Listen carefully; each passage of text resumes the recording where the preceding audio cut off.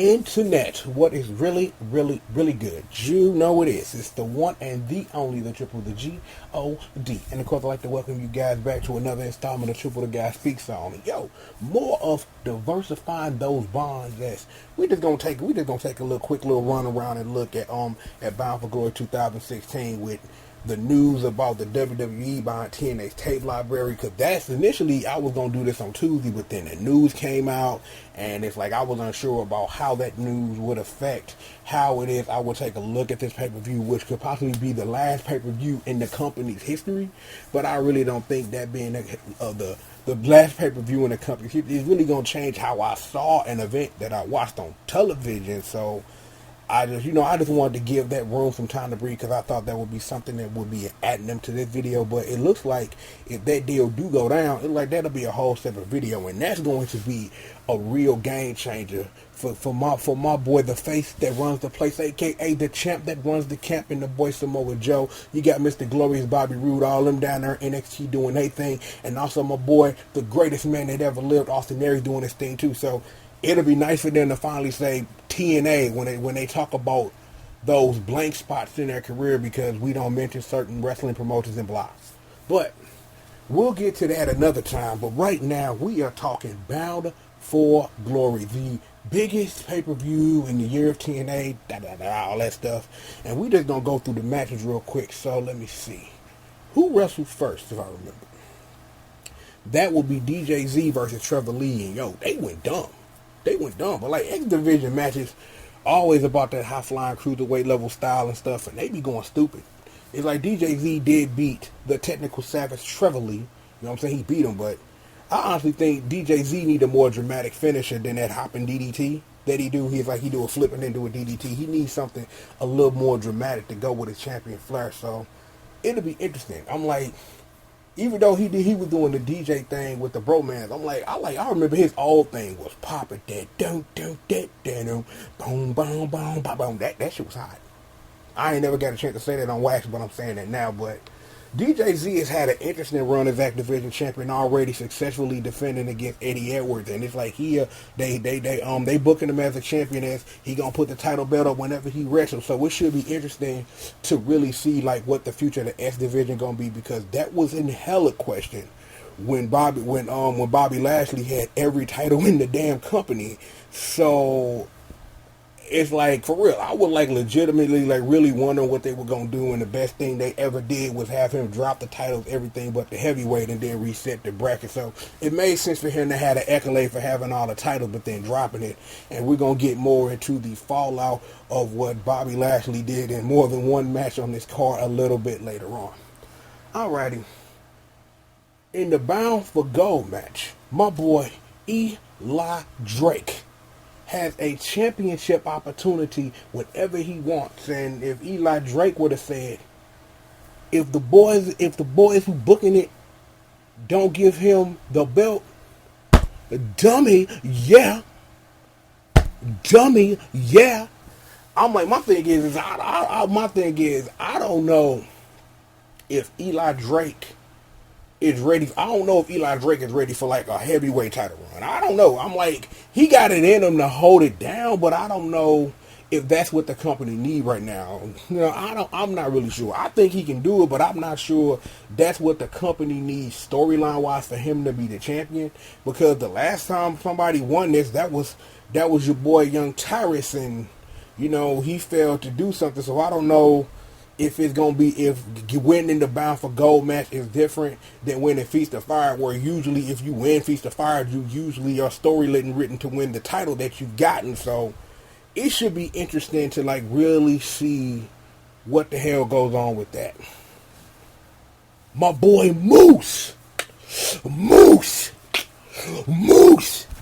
beat Mike Bennett, and they was going back and forth. But the thing is surprising is that the actual finish of Moose beating Mike Bennett. And it's like, my thing is, Mike Bennett, man, he has been a joy to watch wrestle for years. But in this whole TNA little blender that he's been in lately, they done booked him all over the damn place. It's like, I understand what Moose winning does given the rest of the results of the pay-per-view, and we'll get into that later.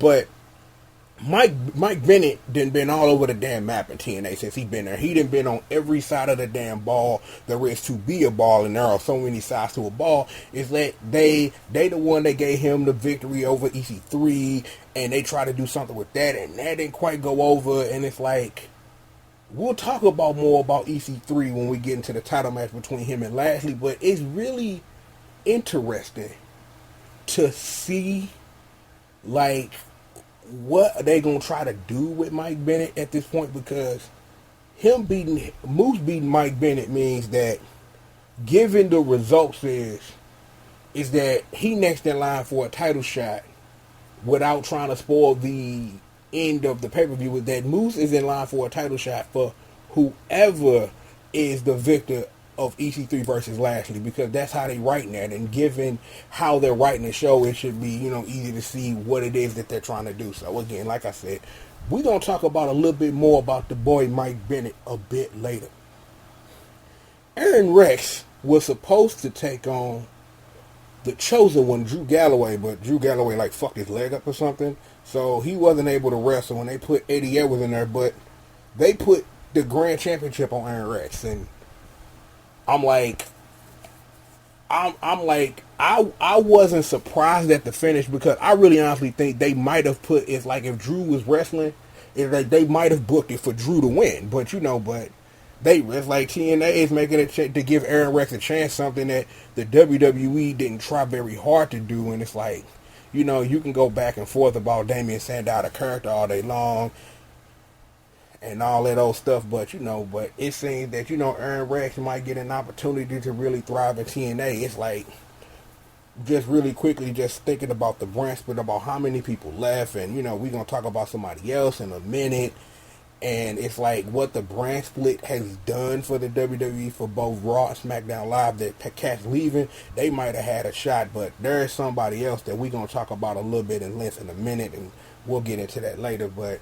It's like the Impact Grand Championship is an interesting way, to do matches or whatever. Because again, going back to Lashley when he had the King of the Mountain title, and it's like we could go on and on about how weirdly booked that was, because from my understanding that for a minute when they created the title after it had been 4 damn titles before, and I'm being a little facetious there, is that all the title matches in the King of the Mountain for the King of the Mountain title was supposed to be defended in King of the Mountain title and King of the Mountain matches, and I think from my recollection, 3, and I'm just thinking about this off the top of my head, only 3 times since that belt was created for Jeff Jarrett during that old Global Force Wrestling bullshit has the title actually been defended in a King of the Mountain style match, because it's just weird, and we could go on and on about that, but that title's gone, the Grand Championship is in, and it's more like an MMA shoot fight. It's like somebody got up one day and decided, like, fuck it, we were playing virtual pro wrestling too, like let's make that real life in wrestling or some shit. People should just go play virtual pro wrestling too, because it is, for the record, a wonderful companion to not only WrestleMania 2000, but No Mercy, as 3 games that work as a weird cohesive whole, as ports of games and sequels to games and other, but we will have plenty of time, because I've reviewed No Mercy back in the day, but we really gonna go back to all the Aki's wrestling games, but that is another time. The Great War. I got thoughts on this, but first, Brother Nero, Broken Matt Hardy, and Broken Rebecca, they triumph and now are your TNA World Tag Team Champions by beating Decay. And I will say this live.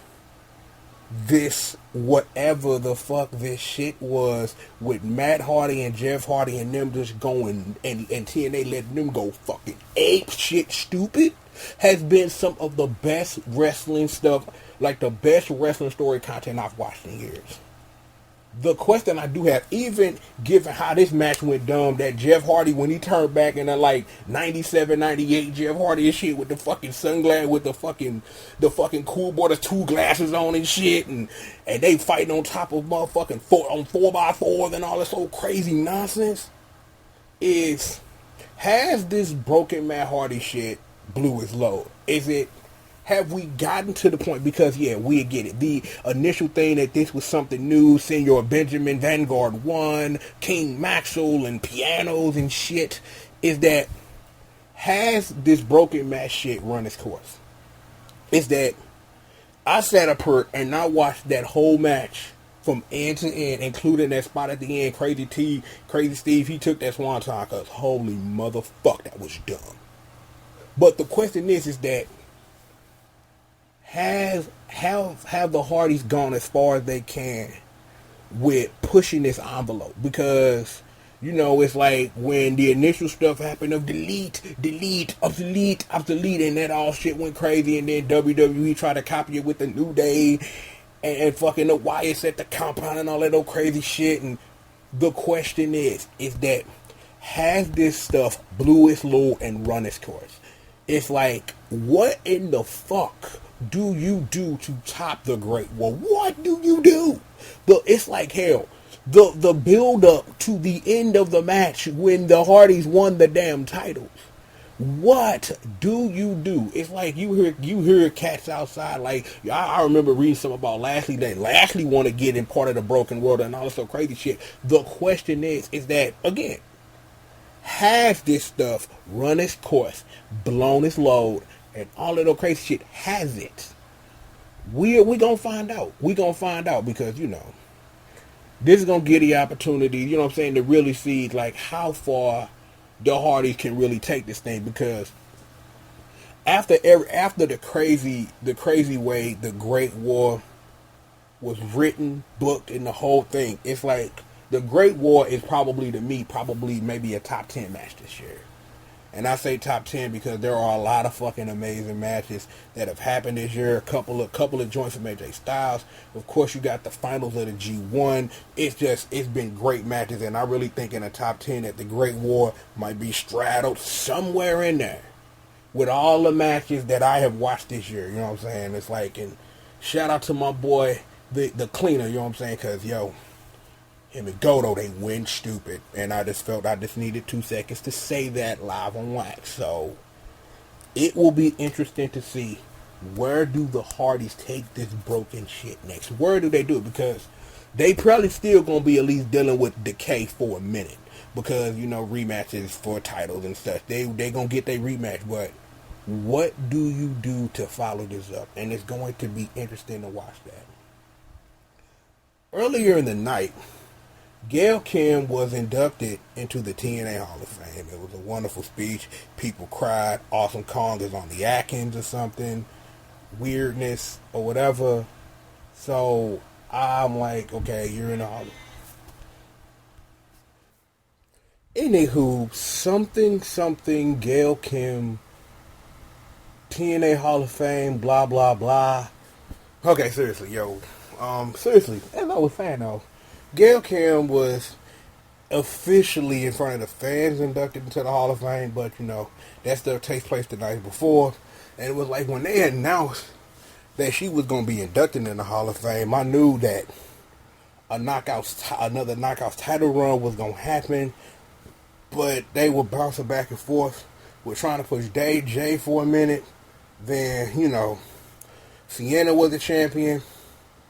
Then Allie was almost champion. And that's weird. And then Maria finally won the title. Because now Allie was the Knockouts champion for 5 seconds. And then Maria made her lay down. And that is where the Knockouts championship has been ever since. But with Gail Kim being inducted into the Hall of Fame, it wasn't a matter of if but when. And they've really been, pushing this Gail versus Maria stuff for a minute. So it was kind of like the outcome was kind of like the no dove that Gail Kim was going to win it at some point. But it was good that she won it at Bound for Glory, so that technically, depending on how you wish to warp time and tell history, that Gail Kim went into the Hall of Fame as the TNA Knockouts champion. But that isn't the news, though. After the match, Maria laid out. Allie in the ring now. Mike Bennett runs down, get a microphone, blah, blah, blah, talking. And then he starts to say magical trigger words. Those magical trigger words summon Cody Rhodes and his wife Brandy And Cody Rhodes congratulated him by way a new member of the Arrowverse. Shout out to him, getting this, doing his thing. Is Stephen Amell gonna be in TNA? That's the question. But anyway, Cody had an amazing debut, and that's the way you make it. Put him in a program with Mike Bennett. That makes sense because again, and we talked about earlier, a Moose, he on his way to a title shot. Eli Drake aside, because Eli Drake can cash that in whenever he want to, and I think Eli Drake, speaking, if we're gonna talk about him, he might be the one to take the Bound for Gold and actually do something with it and actually get a title reign out of it. But right now they building up Moose for a title shot, and I quite don't get that either. But they building up. But to get back to the point, is Cody clown him and Brandy, they clown, and it's good to see Cody and TNA because I can say things about Cody Rhodes. Rest in peace to the American Dream aside. Screw all that. Cody Rhodes has been an amazing wrestler for years. And it's like the WWE wouldn't put the strap on him. He had some nice intercontinental reigns, like the gimmicks with Dash and Cody Rhodes and everything that spawned off that starter shit was some of the most amazing things I've ever seen. They gave him a nothing gimmick with his brother, and he turned that into something amazing, and he should be commended and applauded that the WWE gave him shit. He made gold out of it. But they would never give him a world title run. It was that minute when him and Sandow was going back and forth over the Money in the Bank briefcase and all that. But they would never strap a rocket to him and put the belt on him. I don't know if TNA is a place that's going to put the belt on him, but I really think this is a place that Cody will get a chance to shine because ever since he's been on the Indies, he done produced some great matches. Since he's been away from WWE, he just produced some great matches, getting ready for this debut in TNA. So it should be interesting to see what Cody does and even what Brandy does because she's training still, to be a great wrestler. So it should be interesting to see all those dynamic flows. And it's like I said, it's great to prepare to put together both Brandy and Cody Rhodes with Maria and Mike Bennett, so they can have that going on or whatever, so they can sit up here and argue about his legacy versus the Miracle, and he thinks he's Jesus, blah blah blah. So, like I said, it should be interesting to see those dynamics at work. So, even if I pushed it off a little bit, congratulations to Gail Kim for being the first woman inducted into the TNA Hall of Fame. Congrats to you, girl. You done earned it. You have dealt with some shit in your career, my lady, and you are another one that's turned shit into gold, and you deserve to be applauded for everything that you have done for the knockout division and wrestling period. So thank you very much, Gail Kim. In our main event, and this is the part where I get to talk now, Lashley beat EC3. I didn't see that one coming. I didn't. I really thought that this was going, because I thought like coming into Bound for Glory that Ethan Carter III was going to be the one to take Lashley down because Lashley got to go do MMA fights or whatever the fuck he does. But when Moose won, okay, Triple the G.O.D, he can see what fucking time it is. I can see what time it is right now. I see you. When, like I said, when Moose beat Mike Bennett, Lashley gonna win. Because you need that. Because that even though they ain't really been feuding for real, that's been a hot feud ever since Moose stepped into TNA. Like that's as Bobby Lashley would say, that's big fighting money right there between him and Moose. So when Moose beat Mike Bennett, I knew what the finish of EC3 versus Lashley was. But they went at each other's throats. That was a classic.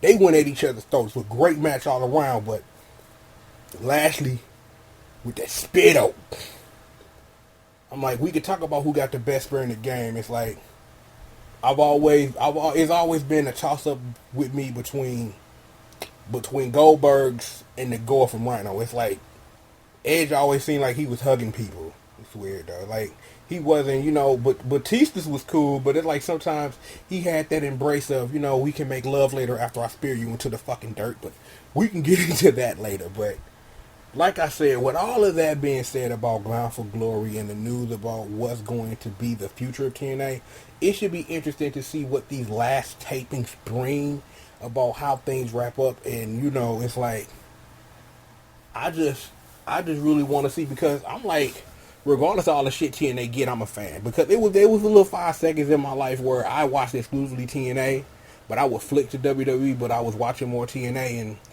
And given history, the last fucking company that made a great video game was TNA, with that TNA wrestling game. That shit was hotter than anything Houston done lately, and we can get into 2K17 talk all day, but I ain't played a wrestling game in years. I just want to play Rumble Roses Double X, not only for the fan service, because it is still the best wrestling game to ever exist. And I do put Rumble Roses Double X like right slightly above that No Mercy / Def Jam Vendetta, just for the fan service. It's like a 1, 2, and then 3 right there, if depending on how you try to classify wrestling games. Kaneko Man Muscle Grand Prix 2 Tokamori. So, but I'm actually planning on playing some of those games that I just named. But I'm a big Rumble Roses fan. I'm a big Dixie Clements fan. Do not ask. But like I said, is that TNA game was hot. If we just gonna go on the tangent, the TNA game was hot.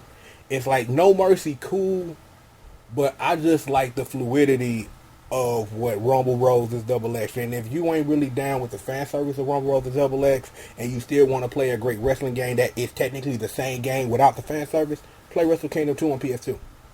Same engine, everything. It's probably the last great wrestling game that we knew from like the No Mercy days and all that really came out, and it was a drought for years because of the weird way youths wanted to try to make wrestling seem more real. So how do you make a sport that is predetermined and kind of sort of fake real in video games? Logic. I'm not gonna get into that anymore, but yo, I want to thank y'all for kicking it with your boy on this Bound for Glory 2016 wrap up, because we are diversifying those bonds. I got another one of these in me, and I'm still figuring out like if I want to do reviews of X8 every week. That seems like a fun little project to do. Watch X8, talk about X8, so stuff and things. I think I got one more of these in me, and we'll see what else going on.